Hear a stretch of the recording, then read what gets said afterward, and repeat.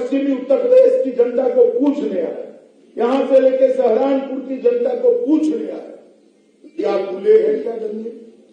जरा बोलिए जोर से, भूले हैं क्या? भूले हैं तो फिर से अगर वो अकेले में गलती कर दी तो वही दंगे कराने वाले फिर से लखनऊ की गद्दी पर बैठ जाए। अगर कमल चुना तो दंगे नहीं होंगे। हमारे शासन में उत्तर प्रदेश के अंदर एक भी बड़ा दंगा नहीं हुआ। दंगा करने वाले जेल की सलाखों के पीछे इसलिए पड़ गई है कि मैं तो कहूंगा जिस घर का दरवाजा वो बजाएं या डोर टू डोर कैंपेन में जाएं वो सिलेंडर उन्हें दिखा दें। वो जो लाल रंग का सिलेंडर है वो दिखा दें, क्योंकि पोटली पे अन्न संकल्प तो लेंगे नहीं वो, तो कम से कम उन्हें लाल सिलेंडर जरूर दिखाएं कि जिस समय वो सरकार में आए थे उस समय एक सिलेंडर भरवाने की कीमत क्या थी और आज क्या कीमत है। पहले कावड़ यात्रा पे रोक लगती थी और समाजवादी पार्टी का मतलब तो जो मुजफ्फरनगर का दंगा करवा दे, कोसी कला में दंगा करवा दे, सचिन और गौरव जैसे युवकों की हत्या इसलिए हो जाती है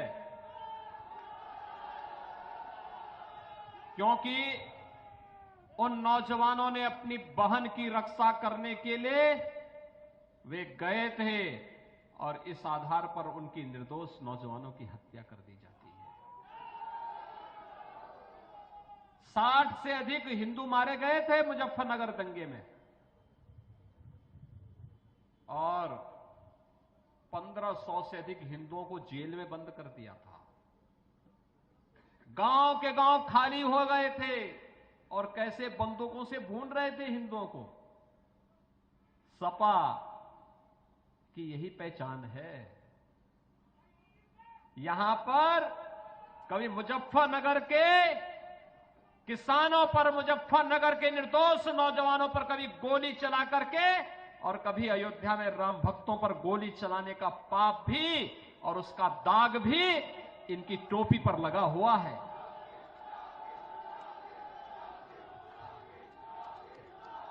इन निर्दोष राम भक्तों के खून से भी इनकी टोपी रंगी हुई है। और ने आपको चैलेंज किया है कि आप डेटा के साथ आए और उनसे बहस करें लॉ एंड ऑर्डर के मसले पे। मैं किसान के सवाल पर जब चाहे बीजेपी का कोई नेता चाहे बहस कर ले।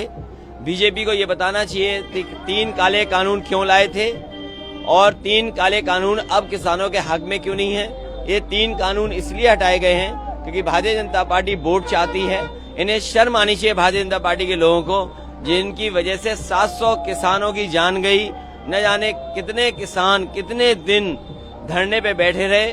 मजबूर होकर के भारतीय जनता पार्टी ने उन कानूनों को वापस लिया है। सवाल ये नहीं है बहस का, सवाल ये है कि भारतीय जनता पार्टी क्या जवाब देगी कि किसानों की आय दोगुनी हुई कि नहीं हुई।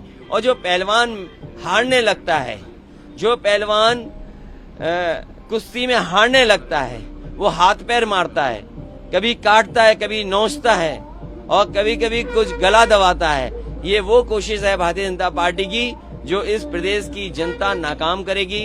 किसान जागरूक हो चुका है, किसान इनको सबक सिखाएगा। और वेस्टर्न यूपी में इस बार चौधरी चरण सिंह जी की विरासत का चुनाव है, यहाँ भाईचारे का चुनाव है और भाईचारे के साथ साथ ये एकता का चुनाव है।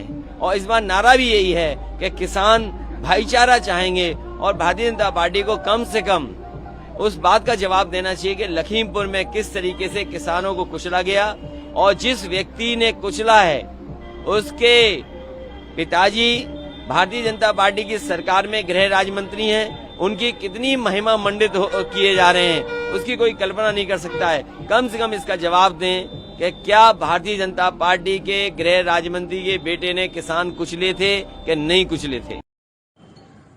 आज किसानों की ताकत ने उन्हें कर दिया है मजबूर और उनके हाथ में है अन्न।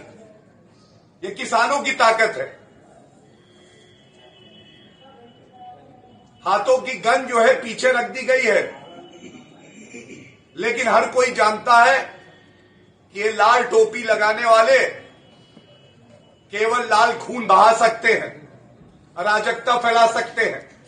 जो बड़े बड़े नेता आ रहे हैं, जो बड़े बड़े नेता गली गली घूम रहे हैं, ये डोर टू डोर कैंपेन कर रहे हैं, लेकिन हम समाजवादी लोग मैन टू मैन कैंपेन कर रहे हैं। बताओ, आप लोग जाओगे घरों में कि नहीं जाओगे लोगों को मनाने? और वो लोग कर रहे हैं वर्चुअल रैली, क्योंकि उनके पास माल बहुत है। वर्चुअल रैली क्या होती है हमें नहीं पता, उन पे माल बहुत है, वर्चुअल रैली कर रहे हैं। लेकिन हमारे कार्यकर्ता फिजिकल रैली करेंगे, उनकी बैटरी डाउन हो जाएगी, लेकिन हमारी समाजवादियों की और आरएलडी वालों की कोई बैटरी डाउन नहीं होगी। उनकी वर्चुअल रैली की बैटरी डाउन होगी, लेकिन फिजिकल रैली करने वालों की कोई बैटरी डाउन नहीं होगी। भारतीय जनता पार्टी के लोग अभी तो लाल टोपी से घबराए थे, ये जब से हरी टोपी आ गई है तब तक उनका होश उड़ गए हैं।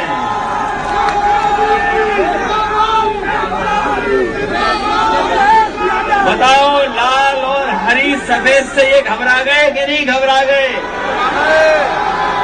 बुरी तरह घबरा गए। और ये जो पलायन की बातें कर रहे हैं, ये जो पलायन की बात कर रहे हैं, आपने तो अखबार पढ़े होंगे कि हमारे बाबा मुख्यमंत्री कह रहे थे कि हम मथुरा से चुनाव लड़ेंगे।